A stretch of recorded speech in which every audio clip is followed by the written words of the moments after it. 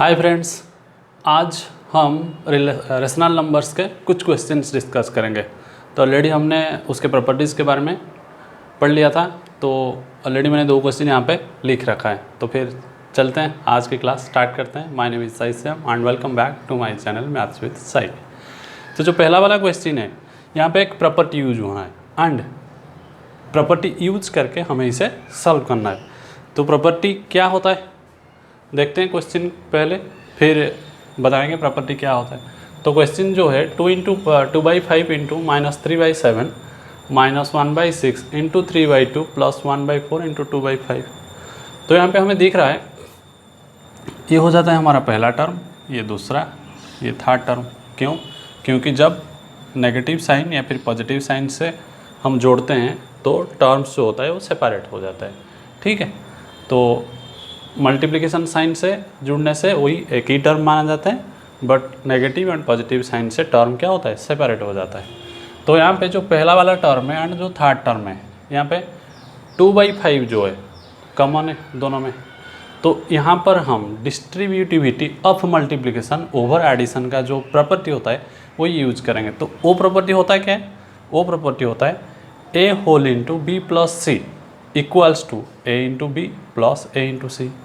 ये ऑलरेडी हमने last class में प्रूव कर लिया था। तो ये प्रॉपर्टी हम यहाँ पे यूज़ करने वाले हैं। तो चलते हैं, पहले मैं क्या कर रहा हूँ, ये पहला टर्म को लिख देता हूँ यहाँ पे 2/5 इंटू -3/7। अब ये जो टर्म है 1/14 इंटू 2/5 प्लस साइन दे दिया मैंने। पहले लिख देता हूँ 2/5, फिर इंटू कर देता हूँ 1/14, क्योंकि ये कम्यूटेटिविटी में आता है। हमने ऑलरेडी चेक किया था कि अगर ऑर्डर चेंज करेंगे तो आंसर में कोई चेंज नहीं होगा, इसलिए मैंने पहले लिख दिया 2/5, बाद में 1/14। अब ये जो टर्म है इसको लिख देता हूँ 1/6 इंटू 3/2। अब 2/5 जो है हमारा a है, ठीक, एंड यहाँ पे लिख देता हूँ मैं a इंटू ये होता है b प्लस ये हो गया फिर से a, ये हो गया हमारा c। a into B plus a into C, a into B plus a into C. तो हम यहाँ पे अप्लाई करेंगे a whole into B plus सी।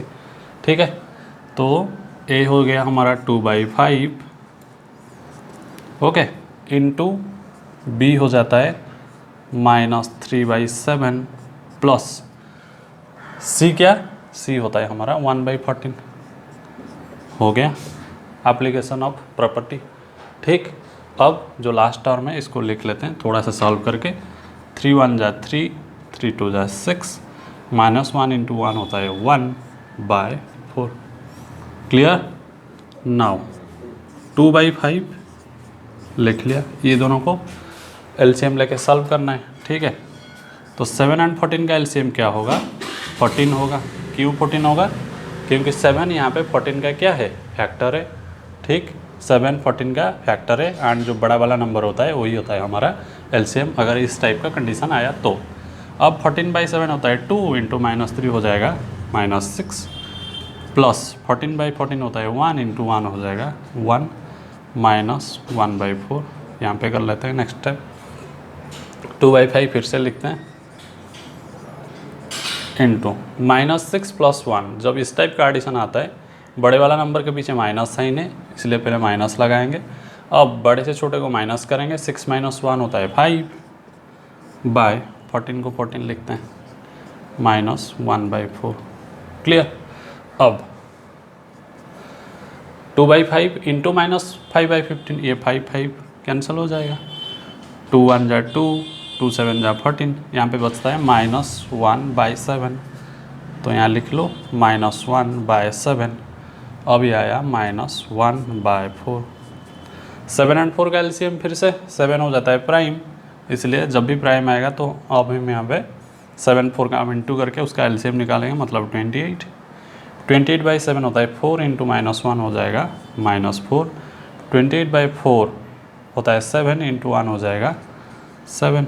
तो ये आंसर हो जाएगा -11/28। तो ये था हमारा सल्यूशन, जो हमने ये वाला प्रॉपर्टी यूज किया एंड ये क्वेश्चन को सॉल्व कर दिया। क्लियर? अब आते हैं सेकंड क्वेश्चन के पास। तो सेकंड क्वेश्चन क्या है? सेकंड क्वेश्चन बोल रहा है कि अगर 2 बार किसी भी नंबर का नेगेटिव लेते हैं तो फिर से वही नंबर आ जाता है, मतलब negative of x equals to वही एक्स आ जाता है। तो यहाँ पे 2 नंबर हमने लिया, तो पहला वाला नंबर को चेक करते हैं जो पॉजिटिव है।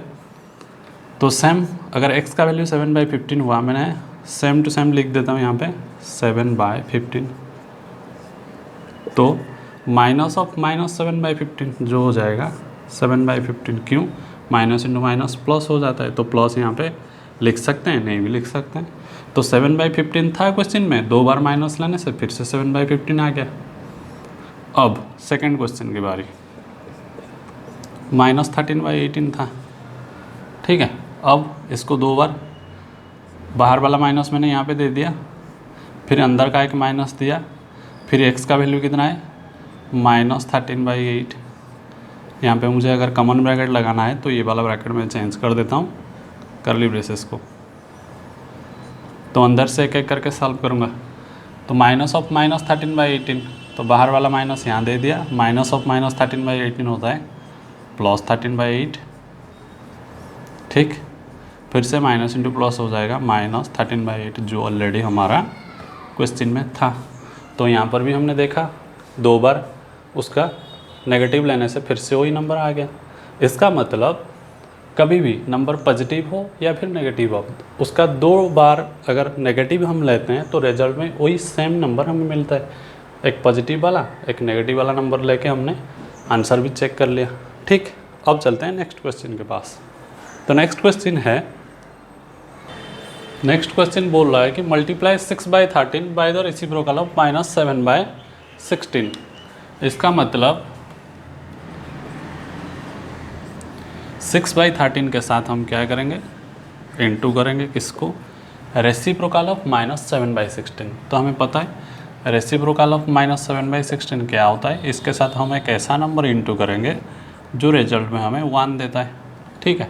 तो -7/16 के साथ क्या इनटू करना है, तो माइनस दे दिया मैंने पहले 7/16 का, ये हो जाएगा 16/7, मतलब इसका उल्टा, ठीक। तो 6/13 के साथ हम कितना इनटू करेंगे, -16/7।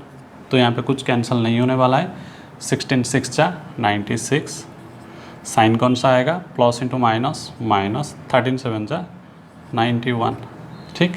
ये हो गया हमारा आंसर।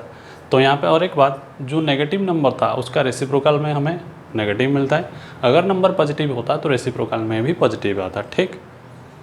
अब आता है नेक्स्ट क्वेश्चन क्या बोल रहा है, 8/9 the multiplicative inverse of -1 whole 1/8। 8/9 इसका मल्टीप्लिकेटिव इनवर्स है क्या, तो पहले हम वही नंबर लिख लेते हैं, -1 होल 1/8। ये मिक्स्ड फ्रैक्शन में है, पहले माइनस साइन लगा दो, 8 1 जा 8 प्लस 1 9, 9/8। तो 9/8 का जो मल्टीप्लिकेटिव इन्वर्स होगा 8/9 है या नहीं है, वाई और वाई नॉट बोला है, इसलिए हम डिटेल में चेक करेंगे। तो मैंने -9/8 को लिख लिया। अगर 8/9 के साथ इंटू करने से रिजल्ट में हमें 1 मिलता है तो बिल्कुल है, अगर नहीं मिलेगा तो नहीं है। तो यहाँ दिख रहा है कट जाता है 8899, अब बच जाता है माइनस साइन, तो वैल्यू हो जाता है -1। लेकिन हमें चाहिए था सिर्फ 1, मतलब यहाँ पे -1 आ रहे हैं, इसका मतलब ये नहीं है। -1 होल 1/8 का जो रेसिप्रोकल होता है 8/9 नहीं होगा, क्योंकि रिजल्ट में हमें -1 मिला, बिल्कुल 1 चाहिए जो पॉजिटिव होगा, ठीक। तो नेक्स्ट क्वेश्चन क्या है, नेक्स्ट क्वेश्चन है 0.3 the multiplicative inverse of 3 whole 1/3। 3 whole 1/3 का मल्टीप्लिकेटिव इनवर्स 0.3 है या नहीं है, फिर 0.3 का जो मल्टीप्लिकेटिव इनवर्स है 3 होल 1/3 है या नहीं, लिखते हैं। तो 3 होल 1/3 जो होता है वो हो जाएगा 3 3 जा 9 प्लस 1 10/3, रेडी। 0.3 जो होता है वो होता है 3/10। अगर दोनों का प्रोडक्ट 1 हुआ तो एक दूसरे का मल्टीप्लिकेटिव इनवर्स है, अगर नहीं हुआ तो नहीं होगा। इनटू करते हैं, क्लियरली विजिबल है, 3 1 जा 3, 3 1 जा 3, 10 1 जा 10, 10 1 जा 10, 1 हो जाता है। इसका मतलब 0.3 multiplicative inverse of 3 whole 1/3, 3 whole 1/3 multiplicative inverse of 0.3। अब next, rational number that does not have a reciprocal, एक ऐसा रेशनल नंबर जिसका रेसिप्रोकल नहीं होता है। तो एक नंबर में ले लेता हूँ 0, तो 0 को पहले रेशनल फॉर्म में लिखेंगे, लिख लिया मैंने 0/7। अब इसका रेसिप्रोकल बनाएंगे 7/0, ठीक। अब ये जो 7/0 है ये p/q फॉर्म को सेटिस्फाई नहीं कर रहा है। क्यों नहीं कर रहा है? क्योंकि यहाँ पे जो q है दैट इज़ इक्वल टू 0, लेकिन हमारा कंडीशन क्या था, q should not be equal to 0, लेकिन यहाँ पे 0 डिनोमिनेटर में है।